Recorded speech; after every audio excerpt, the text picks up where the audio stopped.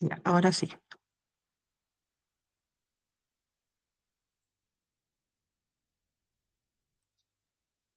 Ya, ahí me confirman si se ve la diapositiva, si se ve la pantalla, que alguien me confirme si se ven las diapositivas. Ya, vamos a dar inicio.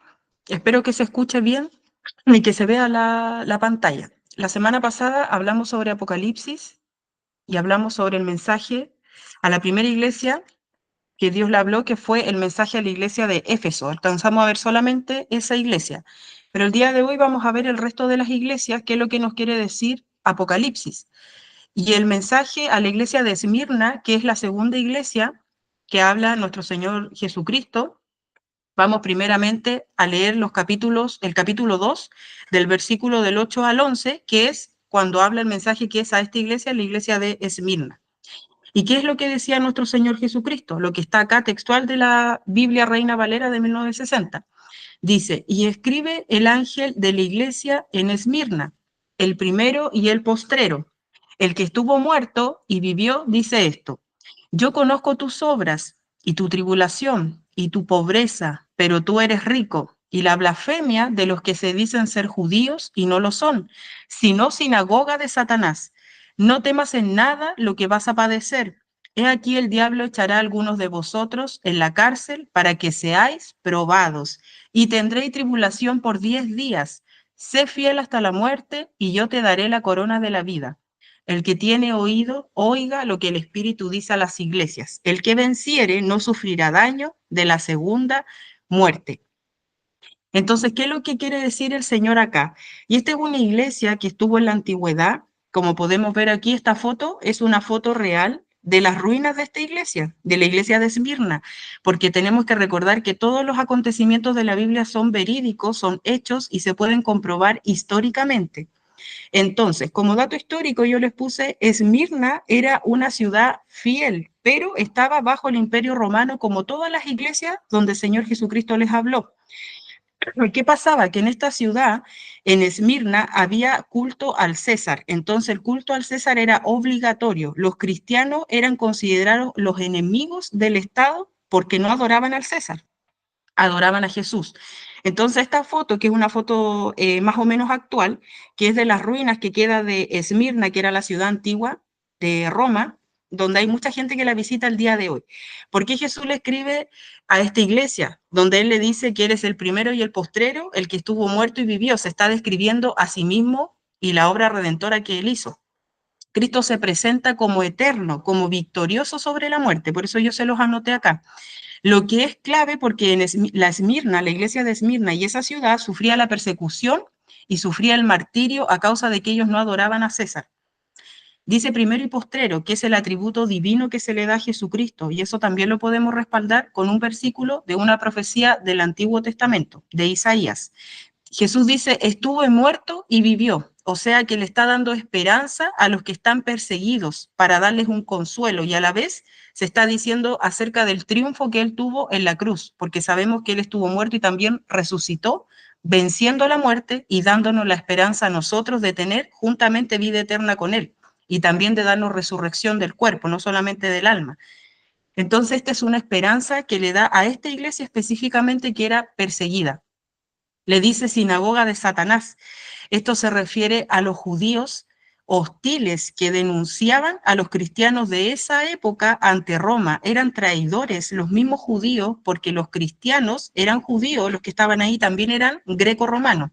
Pero estos judíos que eran hostiles, eran religiosos como los fariseos, denunciaban a los cristianos ante Roma y colaboraban, además de esto, con la persecución cristiana. Entonces Jesús le dice, pero tú eres rico. Dice, conozco tus obras y tu tribulación, porque sabe lo que está pasando en esa ciudad. Pero dice, también conozco tu pobreza. Pero entre paréntesis dice, pero tú eres rico.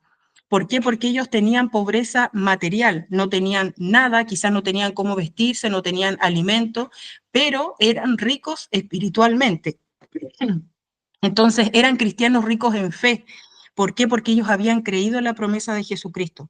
Habían creído que aunque perseveraran y aunque estuvieran atribulados, si ellos perseveraban hasta la muerte, ellos iban a ganar la vida eterna. Entonces eran cristianos ricos en fe, que tienen vida eterna en Cristo. Por eso que les dice, pero tú eres rico. ¿Por qué? Si esto lo llevamos a la actualidad, mis amados hermanos, Cristo no promete librarnos del sufrimiento, sino la fortaleza y la recompensa de la vida eterna. Por ende, en esta vida vamos igual a ser atribulados, igual vamos a tener sufrimiento, aflicciones, quizás hasta necesidad, pero eso no implica que nosotros no vayamos a aspirar a la vida eterna, porque ese tiene que ser nuestro foco, la vida eterna, la esperanza de la resurrección y la recompensa eterna que vamos a tener con Cristo. Por eso que él se refiere y dice, tú eres rico, porque eran ricos espiritualmente, tenían una comunión con Jesucristo que quizás otros cristianos de otras iglesias no tenían. También Jesús les dice que ellos van a padecer 10 días. Entonces, esto se refiere a un tiempo limitado de prueba. Quizá pudo haber sido un periodo de 10 días exacto, pero también puede haber sido un periodo simbólico que simboliza algo breve, una tribulación breve, un tiempo limitado de prueba. Y eso también lo podemos llevar hoy en día. En muchos cristianos, y por no decirlo todos, los que son hijos de Dios, entran en pruebas, pero son pruebas que van pasando, que no permanecen para siempre. Es un tiempo limitado de prueba donde se prueba nuestra fe y ahí podemos ser fortalecidos y somos cristianos ricos en fe porque tenemos una comunión genuina con Cristo y en vez de darle la espalda, nosotros nos sostenemos de su mano. Por eso que es tan importante tener esa comunión con Jesucristo. Después Jesús dice, corona de la vida, que es el símbolo de la victoria eterna para los mártires. Por eso dice, yo te daré la corona de la vida, porque Jesús dice, tendréis tribulación por 10 días, sé fiel hasta la muerte y yo te daré la corona de la vida. Cuando dice sé fiel hasta la muerte, Jesús ya sabía que estas personas, nuestros hermanos en el pasado, los iban a entregar a tribulación y muchos de esos atribulados iban a morir, los iban a entregar a la muerte, porque los soldados romanos y Roma imperial era completamente no era indulgente en este tema, entonces ellos los mataban, dictaban juicio, los encontraban culpables y los entregaban a la muerte. Entonces, por eso Jesús dice, yo te daré la corona de la vida, porque son mártires espirituales. Eso es un símbolo de la victoria eterna para estos mártires. Y también para cualquier cristiano a nivel mundial que pueda estar en esta situación y de su vida a causa de Cristo, también pasa a tener después la recompensa de la corona de la vida. Después Jesús dice, el que tiene oídos, oiga lo que Espíritu dice a las iglesias. Aquí se refiere al discernimiento, porque sabemos que hay personas que pueden oír la palabra de Dios, pero no la entienden. Pero cuando dice el que tiene oídos, oiga lo que el Espíritu, esto se discierne espiritualmente, así como el día de hoy, por misericordia, se les transmite esta información que está desglosada y es a través del discernimiento espiritual, ustedes pueden entenderlo, es lo mismo. El que tiene oídos oiga lo que el Espíritu dice a las iglesias. El que venciere no sufrirá daño de la muerte segunda. ¿Y cuál es la muerte segunda? El lago de fuego, porque eso lo dice Apocalipsis 20:14. Los que permanecen fiel, aunque mueran físicamente, jamás serán condenados eternamente. A eso se refería Jesucristo. Que tú puedes morir, tu cuerpo puede morir, pero tú no vas a llegar a la muerte segunda, que es el lago de fuego. Amén. Miren, esa es la fotito más grande de la iglesia de Esmirna en ruina. Esta ruina que existe en el día de hoy, que es una iglesia que existió, estas son las ruinas romanas, están ubicadas en la ciudad actual que se llama Izmir y está en Turquía. Ahora es de parte de Turquía, pero antiguamente esto pertenecía a todo lo que era greco-romano, pero más romano que griego. Estaba completamente tomada por los romanos, por el imperio romano. Esta ciudad es visitada al día de hoy como una reliquia y una de las 7 iglesias mencionadas en Apocalipsis. Todas las iglesias tienen respaldo histórico. Sigamos con las iglesias. El mensaje a Pérgamo. Este está en el capítulo 2, versículos 12 al 17. Dice así, y escribe el ángel de la iglesia en Pérgamo, el que tiene la espada aguda de 2 filos, dice esto, yo conozco tus obras y donde moras, donde está el trono de Satanás, pero retienes mi nombre y no has negado mi fe. ni aun en los días en que Antipas, mi testigo fiel, fue muerto entre vosotros, donde mora Satanás. Pero tengo unas pocas cosas contra ti, que tienes ahí los que retienen la doctrina de Balaam, que enseñaba a Balac a poner tropiezo ante los hijos de Israel, a comer las cosas sacrificadas a los ídolos y a cometer fornicación. ¿Qué quiso decir el Señor Jesús con esto? Primero, que Cristo se presenta como el que tiene la espada de dos filos. ¿Y qué es lo que es esto? Es la palabra de Dios, es el símbolo de juicio de la autoridad, pero de su palabra. Por eso que él dice el que tiene la espada aguda de dos filos, porque la espada aguda es la palabra de Dios, de dos filos, la palabra de Dios. Su palabra, ¿por qué? Porque discierne, separa la verdad de la mentira. La iglesia de Pérgamo era conocida como un centro religioso de culto al emperador, pero también a dioses paganos. No solamente era culto al emperador y culto al César, sino que este mezclaba dioses que eran griegos. Y acá tenemos el centro religioso que adoraba al emperador, pero también adoraba a dioses paganos, y este incluía el gran altar al dios Zeus, que yo creo que todos lo conocen a través de la historia que estudiaron en la escuela a lo mejor. Zeus, llamado el trono de Satanás. Por eso que Jesús dice eso. Cuando se refiere al trono de Satanás, se refiere al gran altar de Zeus. Dice que ahí mora el trono de Satanás. Por eso que lo dice de esa forma. ¿Por qué? Por la idolatría y la persecución contra los cristianos. Aún así, estos cristianos mantuvieron la fe y no negaron a Cristo. Todos estos datos son datos históricos para que ustedes sepan por qué Jesús hablaba de esa forma, por qué él se expresaba de esa forma, por qué él se expresaba bajo el contexto de lo que le estaba pasando a ese pueblo en específico y a esa iglesia en específica. Pero ustedes igual nos podemos comparar con ese tipo de iglesia y ver en qué podemos estar fallando. Amén. Entonces Jesús, aparte de eso, menciona a Antipas. ¿Quién fue Antipas? Un mártir cristiano. Jesús lo cita como un ejemplo de fidelidad. Algunos en Pérgamo seguían enseñanzas que eran corruptas y que estaban comparables a Balaam. Por eso que Jesús dice, pero tengo unas pocas cosas contra ti. Dice, tengo unas pocas cosas contra ti, que tienes ahí a los que retienen la doctrina de Balaam.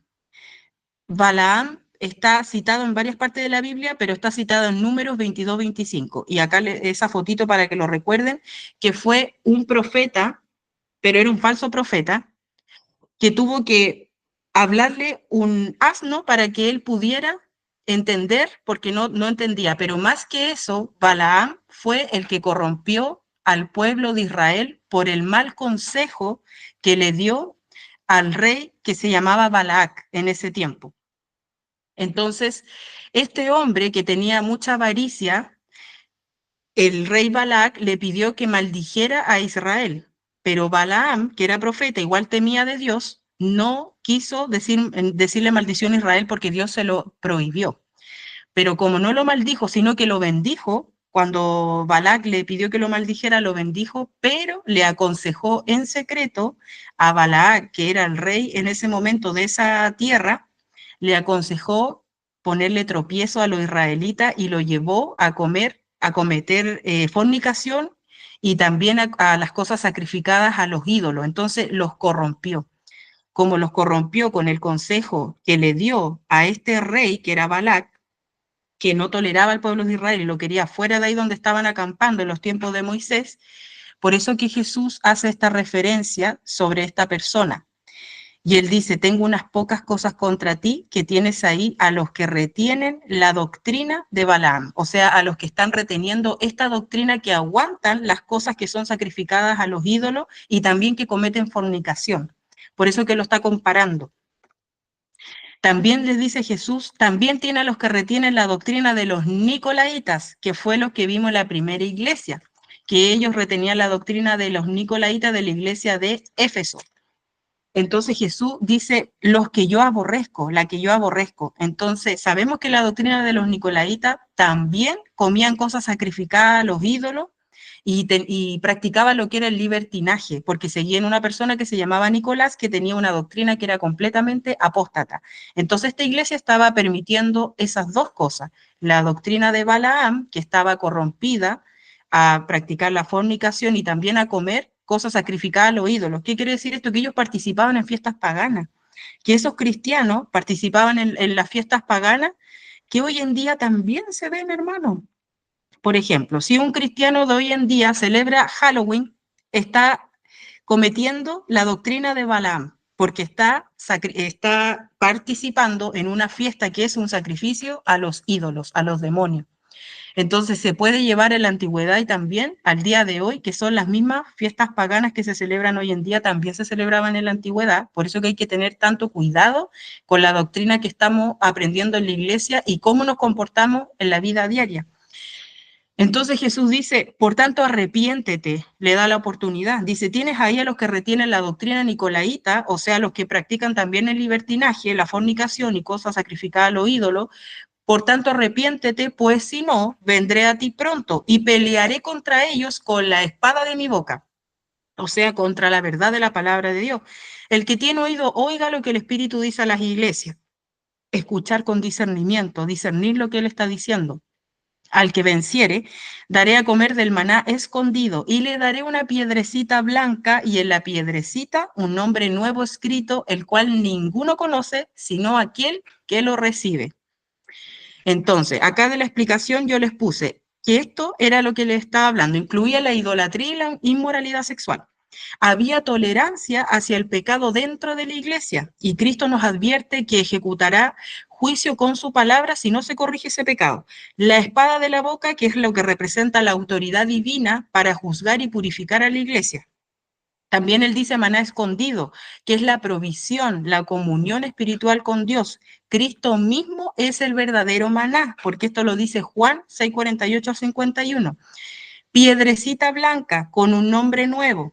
Esto yo creo que quizás no todos lo saben, pero este es un símbolo de justificación y aceptación en el tribunal celestial. ¿Por qué? Porque las piedras blancas en esta época de esta iglesia que estamos estudiando eran usadas en juicios para declarar inocencia. Este es un dato histórico para que ustedes sepan por qué Jesús dijo que al que venciere le daré una piedrecita blanca y en la piedrecita un nombre nuevo. La piedra tiene un significado. En esta iglesia, que estaba con la cultura greco-romana, cuando ellos tomaban decisiones de juicio, porque ellos también tenían leyes y tenían normas, cuando llevaban una persona ante un juez, que puede ser griego o podría ser romano, ellos votaban con piedras, ellos ponían piedrecitas en la mesa y habían piedras de dos colores. Estos son datos históricos para que ustedes sepan cómo era la historia de Roma y de Grecia. Tenían piedras de dos colores, una era negra y otra era blanca. Cuando la persona era culpable, ellos votaban con una piedra negra y así todo el concilio. Cuando la persona era inocente, ellos votaban con una piedrecita blanca porque era justificado, era inocente ante el concilio. Y como este pueblo no era un pueblo judío, era un pueblo greco-romano cristiano, Jesús le dice, al que venciere, le daré una piedrecita blanca. O sea, le dice, yo te encontraré inocente si tú vences. Es una semejanza que le hace bajo la cultura que ellos tenían, porque ellos no eran judíos, eran griegos y romanos, entonces Jesús le habla en su idioma para que ellos puedan entender. Así que para los que tenían dudas en algún momento que leyeron este pasaje y no entendían lo que significaba la piedra blanca, o quizás pensaron que esta piedra simbolizaba a Cristo, no, no simboliza eso, simboliza la piedra del juicio, del tribunal que se llevaba a cabo en esa época y Jesucristo lo habló en el mismo idioma para que ellos también pudieran entender que si ellos vencían y llegaban al fin para ganar la vida eterna, el simbolismo era que Él les iba a dar esa piedra probada, que era blanca, con un nombre que ninguno conoce, solamente el que lo recibe, que es el nombre nuevo que Jesucristo nos va a dar, que es una identidad nueva, que quiere decir la relación íntima con Cristo. Así que ese es el dato histórico de este pasaje de por qué Cristo dijo de esa forma sobre la piedrecita y de todo lo demás. Siempre Jesús le habló a las iglesias conforme a lo que estaba pasando en la época. No les hablaba en parábola a la iglesia en esta época, sino que les hablaba conforme a lo que estaban viviendo en su ciudad cada uno. Miren, acá yo les puse la equivalencia actual, es una tabla, porque estábamos viendo anteriormente sobre lo que la doctrina de Balaam y también la doctrina de los Nicolaitas. Entonces yo se los quise llevar a la actualidad para que lo pudiéramos comparar. La equivalencia actual, por ejemplo, las participaciones en fiestas o celebraciones paganas, los ejemplos, Halloween, los carnavales, los rituales de Año Nuevo que tienen supersticiones, como dar vuelta con una maleta, como empezar el año con el pie derecho, como comerse 12 cucharadas de lenteja, o las 12 uvas, o echar, no sé, el anillo en la champaña. Eso es puro ritual demoníaco, mundano. Entonces hay que tener mucho cuidado porque Jesucristo ya lo condenó en la antigüedad y lo sigue condenando al día de hoy. Descripción de la iglesia moderna. Estas iglesias modernas adoptan estas fiestas como actividades sociales, olvidando el origen espiritual. Tenemos que tener mucho cuidado con todas las festividades que estamos celebrando. ¿A quién estamos adorando? ¿Estamos adorando a Cristo? ¿Cristo es el centro de esa celebración o estamos imitando una costumbre del mundo? ¿Estamos ejerciendo la doctrina de Balaam y de los Nicolaitas haciendo estas cosas o realmente estamos perseverando para que Jesús nos dé esa piedrecita blanca aprobada? Entonces hay que tener mucho cuidado porque esto se relaciona con la participación de Israel en las festividades de Baal peor, que esa festividad fue la que corrompió a Israel por consejo de Balaam al rey Balac, corrompiendo a Israel de que pudiera comer cosas sacrificadas a los ídolos en esta fiesta que se menciona en Números. Las prácticas dentro de la iglesia que promueven la mundanalidad, como los conciertos, los shows con enfoque en entretenimiento, hay que tener mucho cuidado. Los eventos sociales sin enfoque en la santidad. A veces las iglesias hacen muchos eventos sociales, pero la santidad no es el centro y Cristo no es el centro, solamente son distracciones. Entonces hay que tener cuidado, porque esas son descripciones que nos apegan a las doctrinas que están erradas y que Cristo condena en los mensajes que le da a las iglesias en Apocalipsis. Descripción en la iglesia moderna, que son las iglesias actuales. Se prioriza la aceptación social y la diversión más que la adoración genuina. Y Balaam enseñó a Israel a mezclarse con los moabitas. Por eso, ¿qué pasa esto? La gente se mezcla con la sociedad actual y es lo mismo que pasaba en la antigüedad con el pueblo de Israel, que se mezclaban con los otros linajes. La tolerancia a la inmoralidad sexual, la fornicación, el adulterio, la homosexualidad, la pornografía y entre tantas otras, porque hay iglesias que lamentablemente callan frente al pecado sexual y no opinan, y hay líderes que siguen en funcionamiento sin arrepentimiento. Podemos ver en la actualidad muchos líderes de iglesia, pastores o el cargo que tengan adelante, que están en adulterio, que están en fornicación, pero más que todo en adulterio, y siguen predicando, siguen tomando un púlpito. Entonces, esto es una tolerancia a la inmoralidad sexual, y la Biblia, lamentablemente, Jesucristo dice que esto no lo tolera. Por eso que tenemos que tener mucho cuidado de lo que estamos haciendo y ver si nos identificamos con algún área para poder tener arrepentimiento. Entonces, también se relaciona con Balaam, porque Balaam aconsejó usar la fornicación para corromper a Israel, que fue el consejo que él dio. Y el relativismo doctrinal. ¿Por qué? Porque lamentablemente en muchas iglesias modernas se mezcla la psicología motivacional y las prácticas místicas con la Biblia. O sea, se mezclan las tres cosas para sacar una doctrina. Predicaciones que suavizan el pecado para no ofender a los hermanos, para no ofender al mundo y para no ofender al que viene llegando.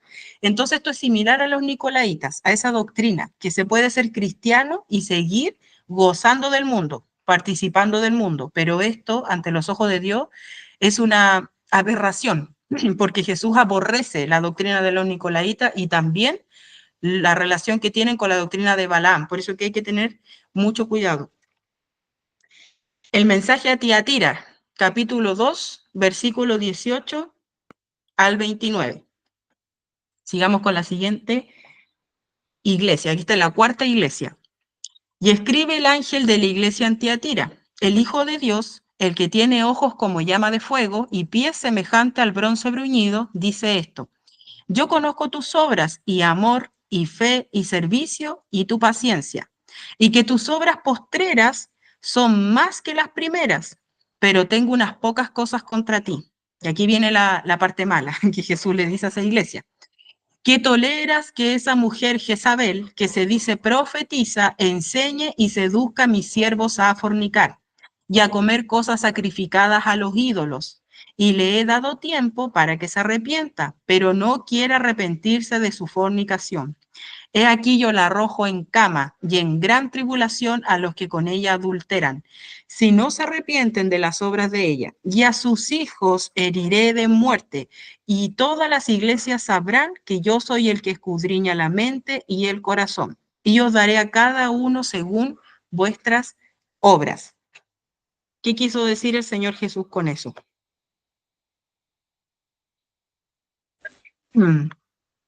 Mire, sigamos, porque este versículo es largo. Dice, pero a vosotros y a los demás que están en Tiatira, a cuantos no tienen esa doctrina y no han conocido lo que ellos llaman las profundidades de Satanás, yo os digo, no os impondré otra carga, pero lo que tenéis, retenerlo hasta que yo venga. Al que venciere y guardare mis obras hasta el fin, yo le daré autoridad sobre las naciones y las regirá con vara de hierro. Y serán quebradas como vaso de alfarero, como yo también lo he recibido de mi Padre, y le daré la estrella de la mañana. El que tiene oído, oiga lo que el Espíritu dice a las iglesias. Este mensaje a la iglesia de Tiatira es bastante largo, por eso que yo se los hice en una tabla para que lo pudiéramos analizar. Ojo que aquí Jesús dice, los que no han conocido las profundidades de Satanás en la antigüedad y actualmente incluso hay un libro que se llama Las profundidades de Satanás. Imagínense la herejía tan grande que existe al día de hoy, pero lo vamos a explicar. Miren, acá tenemos el resumen. Primero, Cristo en esta iglesia se presenta como el Hijo de Dios porque se está representando a sí mismo con ojos de fuego, o sea que todo lo ve. Dice pies de bronce, que es símbolo del juicio firme de él, y que él tiene autoridad para evaluar a su iglesia, porque él está en su iglesia, él evalúa todas las iglesias. Alaba también a Tiatira por las obras, la alaba por su obra, por su amor, por su fe, por su servicio y porque tiene paciencia. Y destaca que las últimas obras que ha hecho esta iglesia son aún mejores que las obras que hizo cuando las hizo primeramente. Hay un crecimiento espiritual, eso es lo que está diciendo, o sea que está haciendo obras mejores que cuando empezaron, hay un crecimiento espiritual. Pero Jesús reprende los que toleran a Jezabel. Sabemos que Jezabel fue la esposa del rey Acab. En el Antiguo Testamento se menciona de ella, que era una mujer completamente hereje que mandó a matar a todos los profetas, que eran los profetas de Dios. Entonces, este personaje Jesús está diciéndole a esta iglesia que toleran, pero él no lo dice simbólicamente, él está diciendo que hay una mujer ahí que tiene ese mismo comportamiento que tenía Jezabel, porque se dice llamar una falsa profetisa, ella es una profetisa, pero ella misma se ungió con ese nombre de profetisa. Por eso que Jesús dice que se hace llamar profetisa, o sea que era una mujer literal, no era un símbolo. Entonces, dice que toleran a Jezabel, toleran a esta mujer que está enseñando en la iglesia, probablemente no es una líder que fue ungida oficialmente, sino que es una mujer que profetizaba, pero profetizaba probablemente con espíritu de adivinación. Miren, tenemos que entender que antiguamente las iglesias, las personas tenían dones del Espíritu Santo al igual que hoy en día, pero en la antigüedad cualquier persona que tuviera un don de profecía, que era, por eso dice que ella era profetisa, la gente se le añadía. Cuando la gente manifestaba el don de profecía, la gente caía fácilmente y no discernía si era del Espíritu de Dios o era de otro espíritu. Entonces esta gente se le añadía a esta persona. Era una falsa profetisa que seducía a la iglesia y la inclinaba a la inmoralidad sexual y a las prácticas idolátricas. ¿Por qué? Porque esta iglesia estaba ubicada en Roma y era una ciudad de cultura griega y romana donde estaban muchos dioses griegos y romanos. Por eso que la compara con Jezabel, porque Jezabel era una idólatra. Entonces esta mujer que profetizaba y tenía muchos seguidores estaba corrompiendo la doctrina de la verdad de Jesucristo y estaba inclinando a estas personas a una falsa doctrina y a una inmoralidad sexual con prácticas idolátricas, y además de eso no se quería arrepentir, porque Jesús dice que le dio tiempo para arrepentirse, pero ella no quiso dejar su pecado y la paciencia de Dios tiene límite, entonces él también le dicta un juicio. Y dice que Jesús advierte que traerá juicio y le traerá tribulación, porque dice que la va a echar en cama y tendrá una gran tribulación sobre ella y quienes la siguen si no se arrepienten.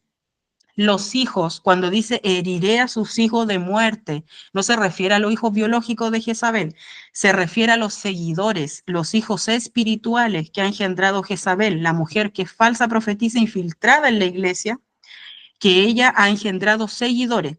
Los hijos de Jezabel, los hijos espirituales, sufrirán juicio para que toda la iglesia sepan que Cristo examina la mente y el corazón y da a cada uno según sus obras.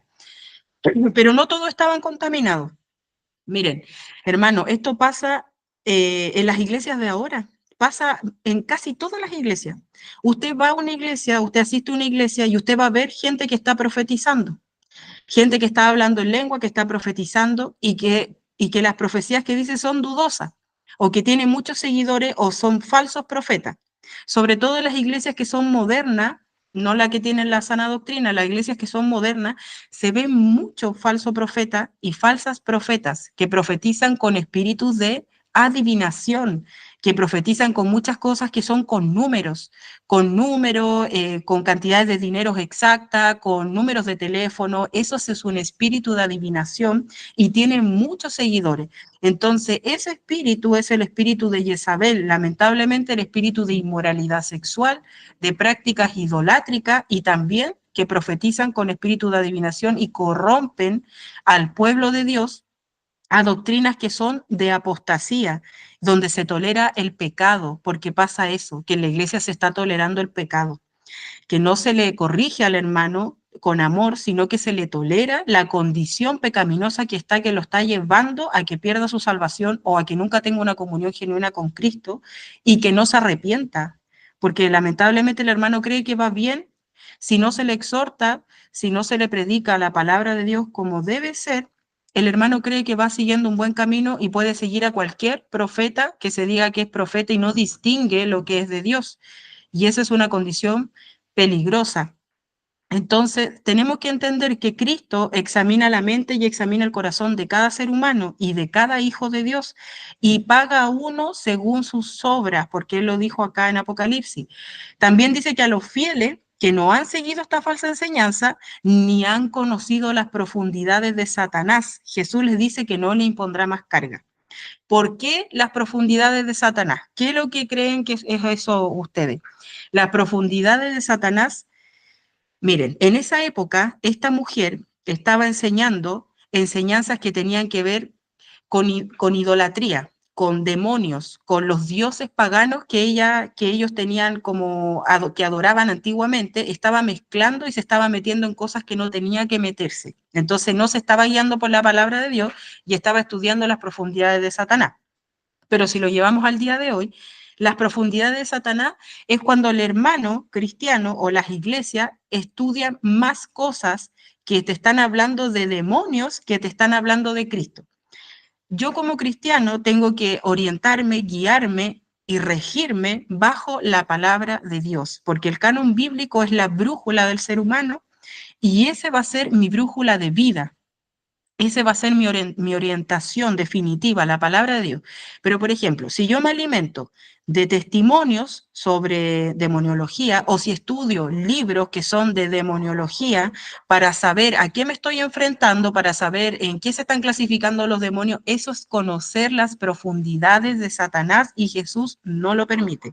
Jesús solamente permite lo que Él quiso que nosotros supiéramos y está en la palabra de Dios. Y para eso Él dice que nos va a revelar misterios y cosas que nosotros no sabemos. Él lo revela a través de su palabra. Lo que Él quiere revelar, lo revela si uno se lo pide y bajo el discernimiento uno lo puede discernir, bajo el Espíritu de Dios. Pero si nosotros nos metemos a otras cosas, eso ya pasa a ser algo que Jesús rechaza, porque es poner, no es tener a Cristo en el centro, sino poner a los demonios en el centro.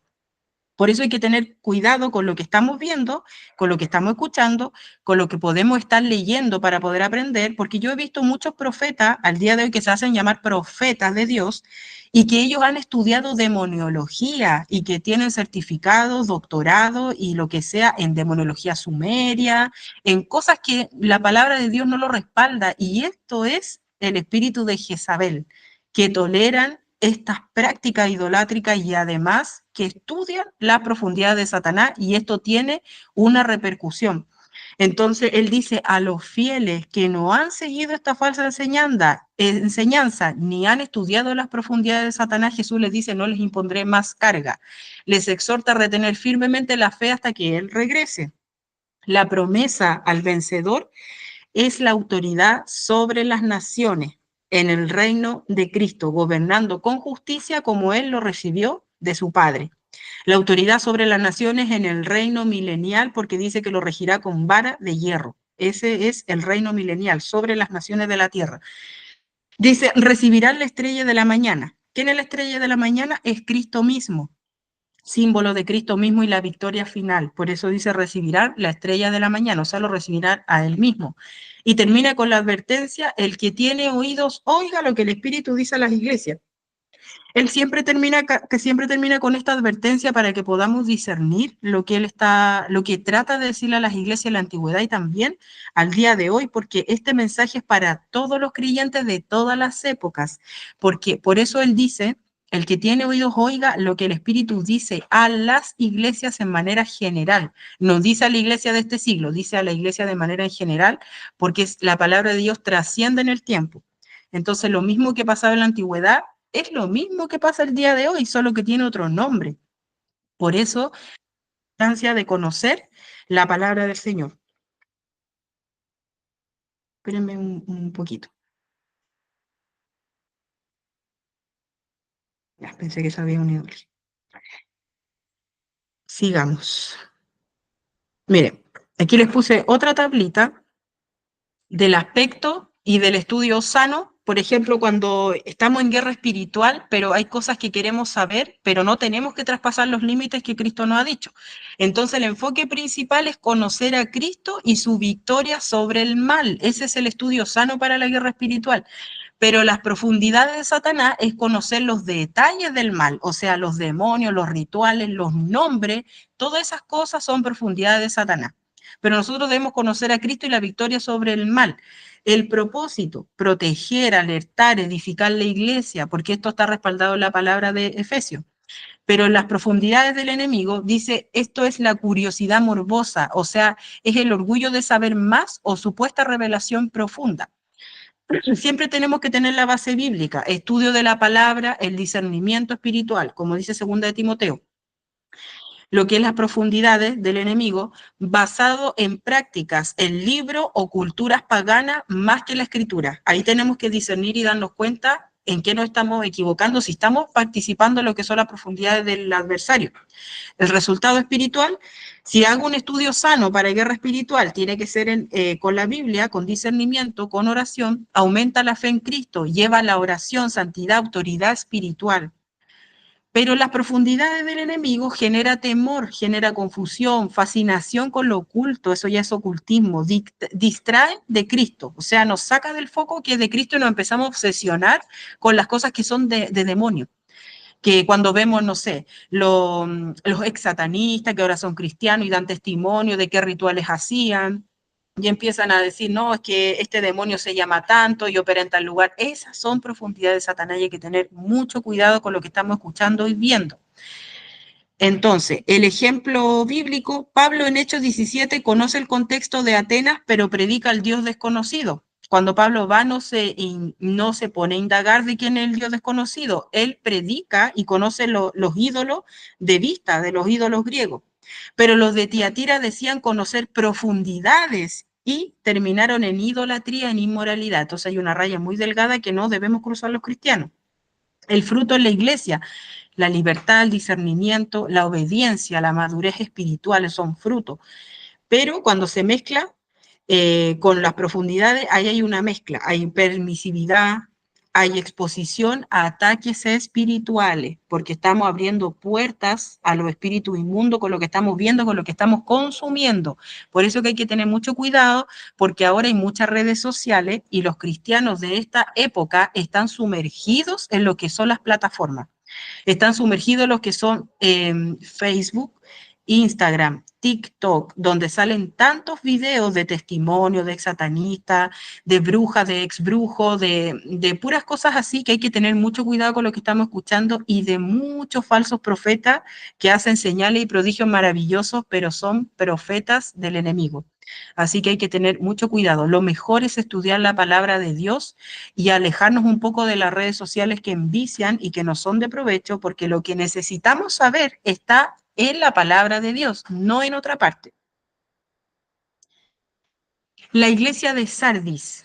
Este es ya el capítulo 3 y estos versículos ya son menos, es del 1 al 6. ¿Qué es lo que dijo Jesús a la iglesia de Sardis? Dice, escribe al ángel de la iglesia en Sardis, el que tiene los 7 espíritus de Dios y las 7 estrellas, dice esto. Yo conozco tus obras, que tienes nombre de que vives y estás muerto. Sé vigilante y afirma las otras cosas que están para morir, porque no he hallado tus obras perfectas delante de Dios. Acuérdate pues de lo que has recibido y oído y guárdalo y arrepiéntete, pues si no velas, vendré sobre ti como ladrón y no sabrás a qué hora vendré sobre ti. Pero tienes unas pocas personas en Sardis que no han manchado sus vestiduras y andarán conmigo en vestiduras blancas, porque son dignas. El que venciere será vestido de vestiduras blancas y no borraré su nombre del libro de la vida y confesaré su nombre delante de mi Padre y delante de sus ángeles. Y termina nuevamente con este mensaje: el que tiene oído, oiga lo que el Espíritu dice a las iglesias. Entonces, ¿qué es lo que era Sardis? Sardis era una iglesia, pero Sardis era una ciudad. Era una ciudad rica de Lidia, famosa por el comercio que tenían ellos de lana y de mucha joyería, pero en decadencia durante el tiempo de Juan el Apóstol. Entonces, esta ciudad que estaba en decadencia espiritual era rica en otras cosas. La ciudad tenía una reputación pasada de gloria, o sea que había tenido una gran gloria, habían sido sumamente fieles al Señor, pero estaba debilitada, estaba vulnerable, habían invasiones. Entonces, esto reflejaba el estado espiritual de ellos, que estaban cansados y al final se habían vuelto como en religiosos. Probablemente la iglesia era respetada externamente, porque dice que tiene nombre de que vive y está muerto. Era una iglesia que estaba respetada, siendo respetada externamente, pero internamente estaba muerta espiritual. A eso se refiere, a la muerte espiritual. Vivían una religión como los fariseos, haciendo obra externa sin una relación íntima con Cristo. Por eso dice, tienes nombre de que vives, o sea, tiene apariencia de que es un cristiano, el cristiano hipócrita de hoy en día, mi amado hermano. El cristiano que usted ve que está súper bien, que vive, que hace todas las cosas para Dios, pero en realidad por dentro está muerto, está en una muerte espiritual, no da fruto y las obras no agradan a Dios porque no tiene un arrepentimiento genuino y no tiene una comunión ni relación con Jesucristo, con el Espíritu Santo. Entonces es apariencia de que vive, pero está muerto. Entonces aquí yo le hice el análisis en la tabla. Primero, Jesús se presenta como el que tiene los 7 espíritus, que es la plenitud del Espíritu Santo. Las 7 estrellas, que él dice también en Apocalipsis que son los 7 ángeles, los líderes de la iglesia. Les dice, tienes fama de estar vivo, pero estás muerto. O sea, tienes una apariencia de vida espiritual sin relación conmigo, sin relación con Jesucristo. Un corazón lejos de Dios, una vida religiosa con obras sin amor. Por eso le dice eso. También le hace un llamado urgente a velar, a estar alerta espiritualmente, no con una postura de relajo, sino que fortalecer lo poco que le queda antes de morir, antes de que esta iglesia muriera. Por eso que él dice, afirma las otras cosas que están para morir, porque no ha hallado tus obras perfectas delante de Dios. Entonces, un llamado urgente a velar, a despertar espiritualmente y con una postura diferente, porque le quedan pocas cosas, lo poco que tiene que fortalecer, lo poco que le queda antes de morir completamente de forma espiritual, porque las obras que hace esta iglesia, estos cristianos, no cumplen con el estándar de Dios. Entonces Jesús les pide recordar, les pide obedecer, les pide arrepentirse, advierte que la visita será como un ladrón, aludiendo al juicio repentino. Esta es la vigilancia para la venida del Señor, en la profecía. Pues yo le puse escatología porque escatología significa profecía del fin, que es vigilancia para la venida del Señor. El Señor les dice que Él vendrá como un ladrón por la noche, eso se refiere. Reconoce a un remanente fiel que no se contaminó. Las vestiduras blancas simbolizan la pureza y la victoria y la salvación por medio de Él. La promesa al vencedor, vestiduras blancas, seguridad en el libro de la vida y ser reconocido ante el Padre y los ángeles si no perseveramos en arrepentimiento y santidad, la salvación se pierde y nuestro nombre puede ser borrado al perder la comunión. O sea, este es un mensaje sumamente extremo de alerta porque Jesús acá dice, si no borraré tu nombre del libro de la vida. O sea, imagínense lo terrible que es eso, que su nombre esté escrito en el libro de la vida porque usted aceptó a Jesucristo, usted está caminando con Cristo, usted hace las cosas para Cristo, pero de repente usted tiene una muerte espiritual por dentro y dejó de tener comunión con Él, hace las cosas por costumbre, hace las cosas por cumplir, hace las cosas para que la iglesia no se enojen, para que el pastor no se enoje, para que el hermano no se enoje, pero usted ya perdió ese amor y ya no tiene la comunión con Dios, su nombre puede ser borrado del libro de la vida, porque Jesús lo dice, que si no se arrepiente, borraré tu nombre del libro de la vida. O sea que si tú fuiste salva y tú dejaste de tener esa comunión, tú puedes perder tu salvación. Hay iglesias que predican salvo siempre salvo, pero la Biblia a mí me dice que si yo no persevero, yo voy a perder mi salvación, porque la salvación es un regalo, es la gracia inmerecida de parte de Dios para los hijos de Dios, es un regalo de manera gratuita, pero cuando yo lo tomo, yo veo qué hacer con ese regalo, qué voy a hacer con este regalo tan grande que es la salvación. La voy a cuidar, la voy a proteger, la voy a amar o la voy a dejar en otro lado porque no me gustó. Depende de lo que yo haga, ese es el libre albedrío. Entonces, ¿qué voy a hacer yo con la salvación de Jesús? Si yo un, no le doy lo que se merece a este regalo de gracia, lamentablemente mi nombre del libro de la vida sí puede ser borrado. Por eso que dice que hay que arrepentirse en santidad. ¿La salvación se puede perder? Sí. ¿Nuestro nombre puede ser borrado? Sí, porque lo acabamos de leer en Apocalipsis. Entonces, ¿qué es lo que dice Jesús? Que el llamado general a las iglesias es a escuchar, a vigilar, a estar alerta, no perder la comunión con Cristo, porque ahí es cuando se va todo a las pailas, se va todo de control cuando nosotros perdemos la comunión con Él. Estamos actuando por una religiosidad, porque lamentablemente esta iglesia era una iglesia religiosa, no era una iglesia que tenía comunión con el Espíritu Santo, tenía una apariencia de vida, pero estaba muerta. Y recordemos lo que dijo Jesucristo a los fariseos, les dijo que ellos eran una pared blanqueada y que por dentro estaban llenos de huesos secos y podridos. O sea, les dijo que estaban muertos espiritualmente y es lo mismo que le dice esta iglesia. Y ojo que los fariseos eran ultra religiosos. Entonces, este tipo de iglesia que vimos aquí, que era de Sardi, era una iglesia que tenía una religiosidad. Y lamentablemente vemos hoy en día muchas iglesias que están en la religiosidad, donde sus congregantes son todos religiosos y ninguno tiene una comunión de verdad con Jesucristo. Así que hay que tener mucho cuidado. ¿Qué estamos haciendo el día de hoy? ¿Estamos teniendo una comunión verdadera con Jesús? ¿Estamos realmente analizando nuestro corazón? ¿Nos estamos arrepintiendo de las cosas que hacemos? ¿Escudriñamos nuestro corazón? ¿O solamente le estamos sirviendo a Cristo por costumbre, por religión? Porque ya no tenemos ese amor de antes, pero vamos a la iglesia porque tenemos que ir, porque tenemos que cumplir, porque tenemos que colaborar, porque si no nos pueden retar o se puede ver mal el testimonio.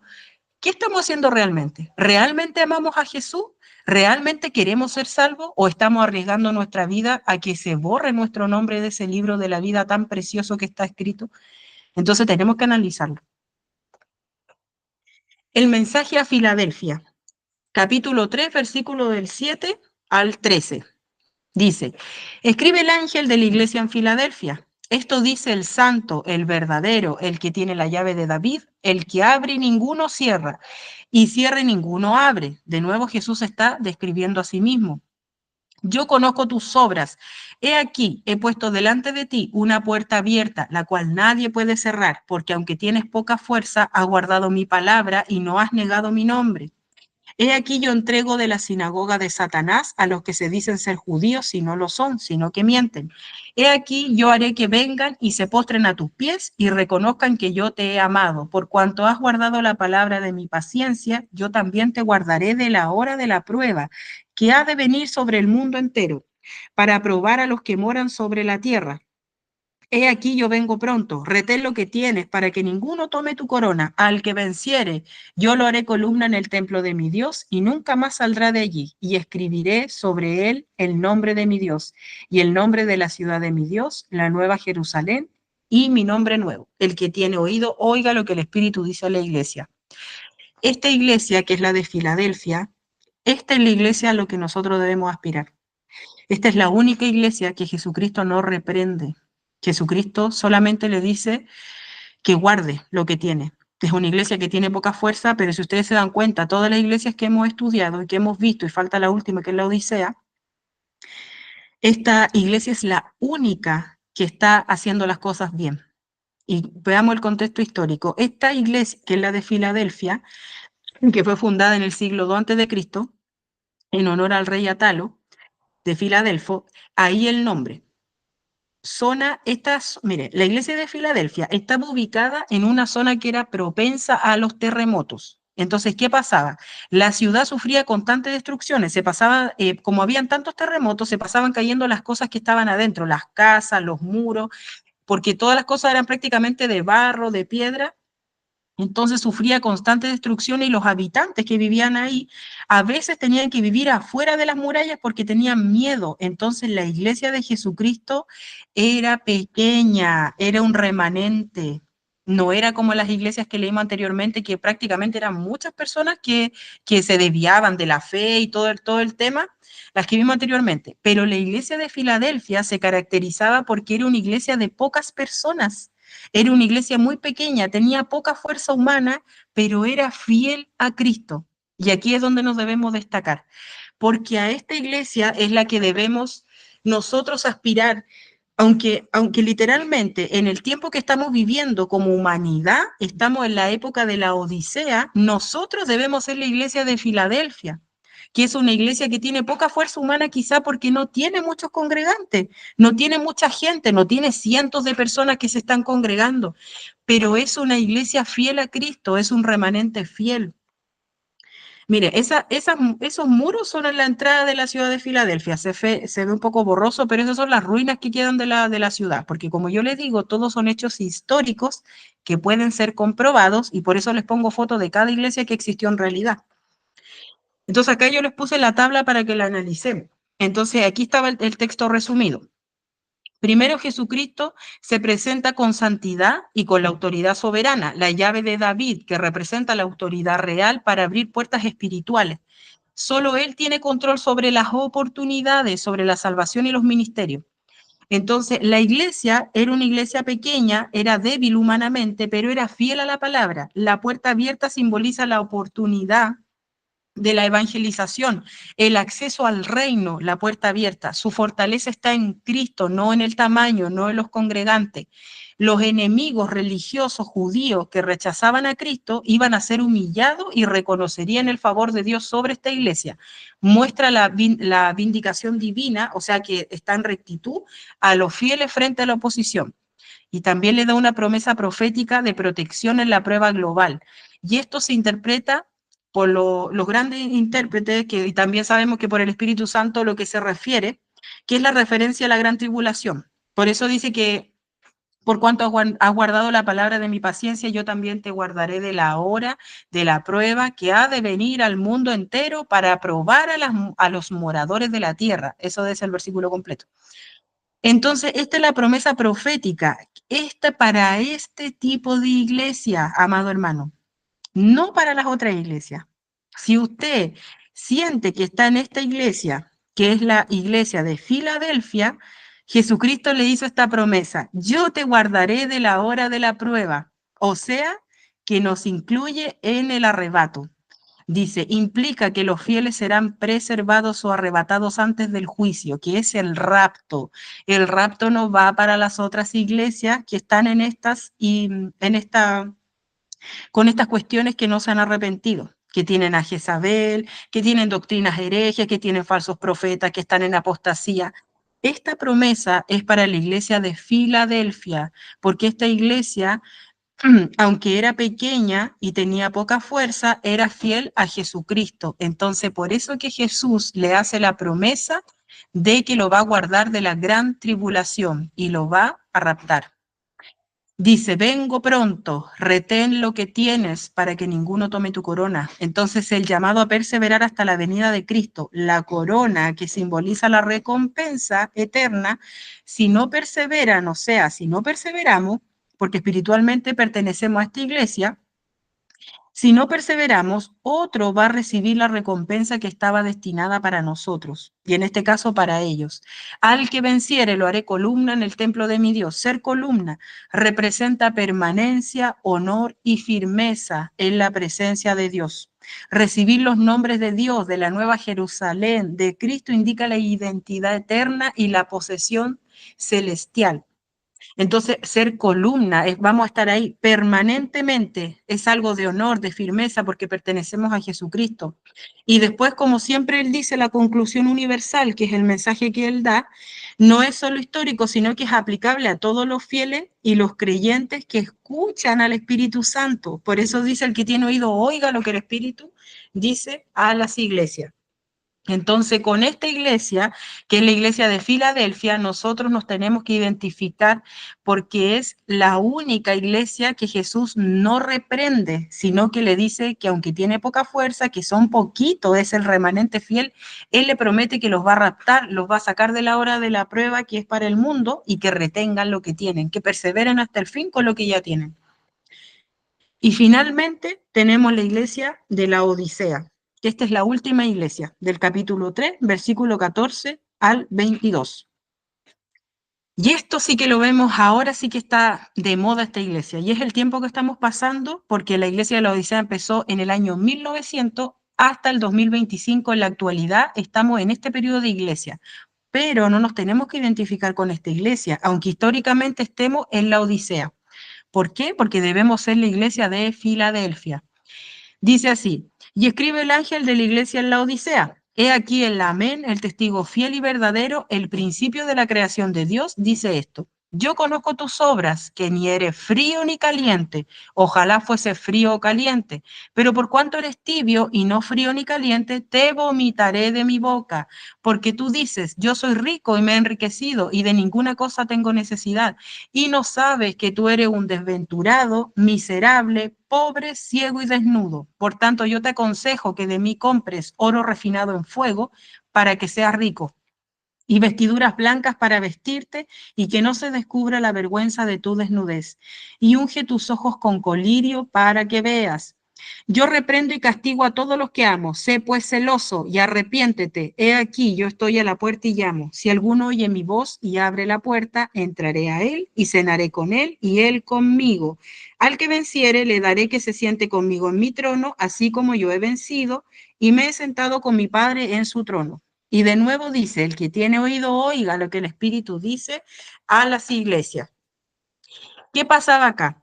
Esta iglesia representa la generación tibia del tiempo final. Esta es la iglesia tibia del fin.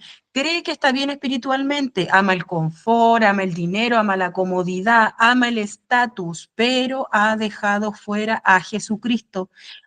Por eso Jesucristo dice, he aquí yo estoy a la puerta y llamo. Jesús le está diciendo, oye, están en una iglesia y a mí me dejaron afuera de la puerta de qué? De su corazón. Por eso él dice, aquí no hay una comunión genuina con Cristo. Jesucristo dice, al que venciere le daré que se siente conmigo en mi trono.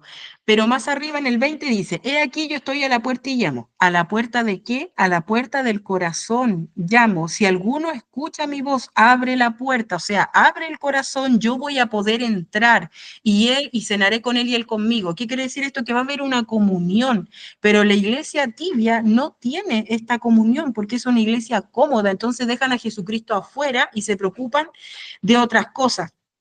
Pero en la antigüedad, la iglesia de la Odisea era una ciudad rica y famosa por su medicina, por el comercio y está actualmente en Turquía. No tiene elogio esta iglesia, pero la reprensión de Jesucristo es la tibieza espiritual, es el orgullo, la ceguera que tiene esta iglesia. Por eso que le dice, sé celoso y arrepiéntete. Miren, esta es la última iglesia que representa la época actual. La Odisea representa proféticamente la iglesia del tiempo final antes del arrebatamiento y de la tribulación. Está rica porque tiene cosas materiales, pero es vacía espiritualmente. Tiene grandes templos, pero con Jesús fuera tocando la puerta. Es orgullosa de la teología moderna, pero no tiene santidad ni poder. Entonces, hoy estamos viviendo en el tiempo de la Odisea. Muchas iglesias y muchos creyentes están tibios, están cómodos, no tienen pasión, no tienen temor de Dios, no tienen arrepentimiento, menos tienen santidad. Y esto es la iglesia tibia. El emocionalismo, la comodidad, la falta de santidad, la tibieza, gente cristiana que tiene vicios, que fuma, que va de repente el fin de semana a tomarse un trago, es tibio, no es una comunión con Cristo. Los hábitos que no se pueden dejar, se ha sustituido la escritura por las redes sociales del momento. Cualquier doctrina parece ser la correcta. Por eso que esta es la iglesia tibia. O sea, si ustedes ven acá, ustedes ven un concierto y en el fondo dice Jesús. Estos son los típicos conciertos que hacen las iglesias modernas que se llaman worship, que son las iglesias ahora donde los adoradores, comillas, ellos hacen tremendos espectáculos, cobran entrada y actúan igual que los conciertos mundanos, solamente que adorando a Jesús. Eso no es adoración. Y la gente se llena, paga la entrada y aparte cobran, y la palabra de Dios no dice eso. Uno tiene que adorar al Señor en espíritu y en verdad. Sí, se pueden cantar adoraciones, alabanza, pero en el espíritu, no en un concierto mundano. No imitéis lo que es del mundo, porque eso es una abominación delante de Dios, una enemistad delante de Dios, las cosas del mundo. Entonces son iglesias modernas.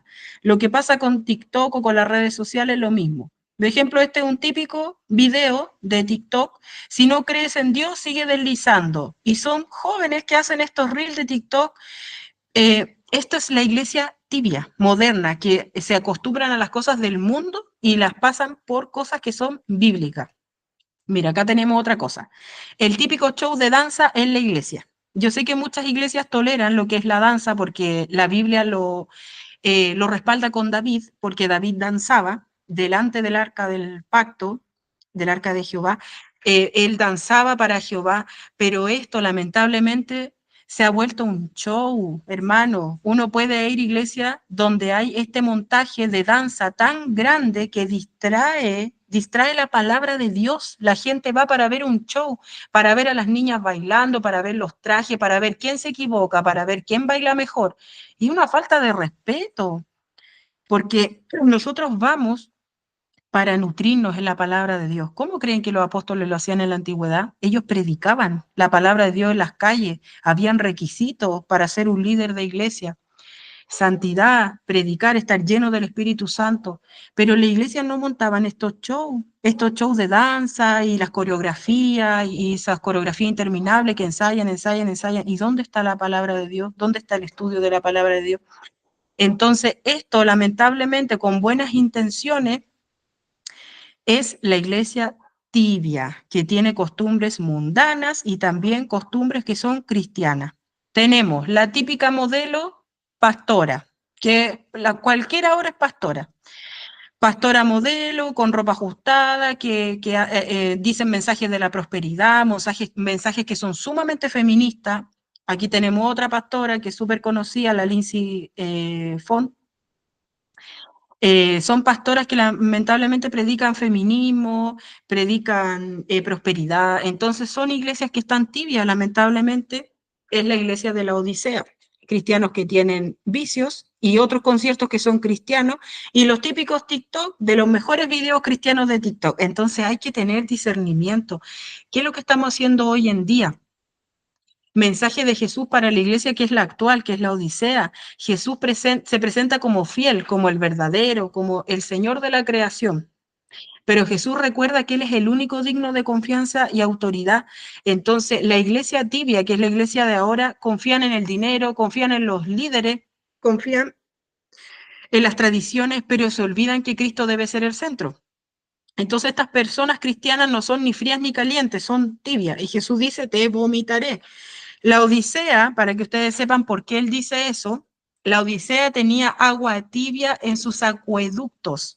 Por una parte del acueducto de esta ciudad llegaba un agua fría y por el otro acueducto de la ciudad llegaba agua caliente. ¿Por qué? Porque esta ciudad no tenía agua, el agua era un agua contaminada, entonces tenían que darle agua desde las distintas ciudades, de los distintos lados, pero un agua era caliente y la otra agua era fría, y cuando se juntaba esta agua en una sola, salía un agua tibia que era asquerosa, que la gente cuando se la tomaba la tenía que vomitar porque tenía muy mal sabor. Por eso que Jesús dice, no eres frío ni caliente, eres tibio, te vomitaré, porque nuevamente Él está aludiendo lo que estaba pasando en ese proceso histórico de la Odisea, que no tenían acueductos propios, sino que tenían que sacar agua de otras partes. Entonces, esta ciudad de la Odisea tenía agua tibia en los acueductos y esta es la imagen de la fe mediocre. Por eso él dice, te vomitaré. Los cristianos indiferentes, cristianos que no están comprometidos, que están apartados, que asisten pero no hay pasión por Dios, o sea, también son religiosos, no hay fruto, no se comprometen en nada, no son capaces de dejar su vicio o las cosas que hacen por amor a Dios, no le toman el peso a la salvación. Entonces Jesús dice, te crees rico, pero eres pobre, eres ciego, eres desnudo. Esta ciudad era rica, sí, tenía muchas cosas materiales y también era muy famosa por el colirio, que era una sustancia que se utilizaba para los ojos. Cuando había una infección en los ojos, se usaba colirio. Entonces, por eso que él dice, unge tus ojos con colirio para que veas mejor, porque el colirio sacaba las infecciones de los ojos. Y aquí lo alude él como a la ceguera espiritual. Era una ciudad rica, pero espiritualmente vacía. Entonces, las iglesias se confunden con prosperidad material, con bendición espiritual. La iglesia vive cómoda, pero no hay santidad. Jesús les recomienda comprar oro refinado en fuego, vestiduras blancas y colirio. El oro, la fe probada, oro refinado en fuego. La fe tiene que ser probada en fuego. Vestiduras, la santidad. Colirio, la visión espiritual. ¿Ven? Que es lo que le decía delante del colirio. Significa buscar la vida santa, depender de la palabra de Dios y pedir discernimiento para no caer en los engaños de este tipo de corriente. Y después Jesús dice, yo disciplino a los que amo, arrepiéntete. O sea, una vez más, Él da la oportunidad del arrepentimiento. No nos deja así nomás tibios, sino que Él dice, arrepiéntete. Yo te disciplino y te arrepientes. Jesús corrige para que estos cristianos se puedan salvar, los antiguos y los de ahora. Dios permite las pruebas para que despertemos, para despertar a los creyentes que se han adormecido y que se han acomodado. Por eso Él dice, estoy a la puerta y llamo, está fuera de la iglesia. Tenemos las iglesias de ahora, que son las iglesias tibias, llenas de programas, estamos llenos de actividades, hay gira, la agenda está copada, donde Jesús no es el centro. Y Cristo quiere entrar en cada corazón. No podemos ir a una iglesia que está llena de programas, de actividades, con la agenda copada para allá, para acá. Pero ¿dónde está Cristo? ¿Dónde está la comunión con Cristo? ¿Conocemos a Cristo realmente? ¿Quién es Jesús para nosotros? Entonces son cosas que se vive en la iglesia moderna, en la iglesia de la actualidad. Ustedes se tienen que sentir privilegiados. Nosotros debemos sentirnos privilegiados de que pertenecemos a una iglesia de sana doctrina, donde realmente se mueve el poder del Espíritu Santo, donde sí podemos ser enriquecidos con la preciosa palabra de Dios, con el discernimiento espiritual, para poder entender estos mensajes que son tan complejos, hermano. El Apocalipsis es uno de los libros más complejos que tiene la Biblia. Y aún así, por la misericordia de Dios, se puede entender por el Espíritu Santo. Por ende, no caigamos en esta tibieza espiritual. Tenemos que despertar porque Él está a la puerta y llama a nuestros corazones para que abramos. ¿Tenemos tiempo para arrepentirnos? Sí. Mientras haya vida, hay esperanza. Mientras haya vida, podemos arrepentirnos de lo que estamos haciendo y volver a tener esa comunión con Él. Dice él, al que venza le daré sentarse conmigo en mi trono. Es la promesa de la autoridad, de la gloria eterna. Los que permanecen fieles se arrepienten, o sea que los que se arrepienten de todo corazón de lo que estaban haciendo van a reinar con Cristo en su reino. A eso se refiere con esta iglesia de la Odisea, para que tengamos los ojos bien abiertos, y con esto terminamos el estudio del día de hoy, y nos pasamos 10 minutos. El estudio del día de hoy, mis amados hermanos, sobre los tipos de iglesia que Jesucristo nos habló en la antigüedad. Amén. Les doy las gracias a todos ustedes por haber asistido al estudio del día de hoy.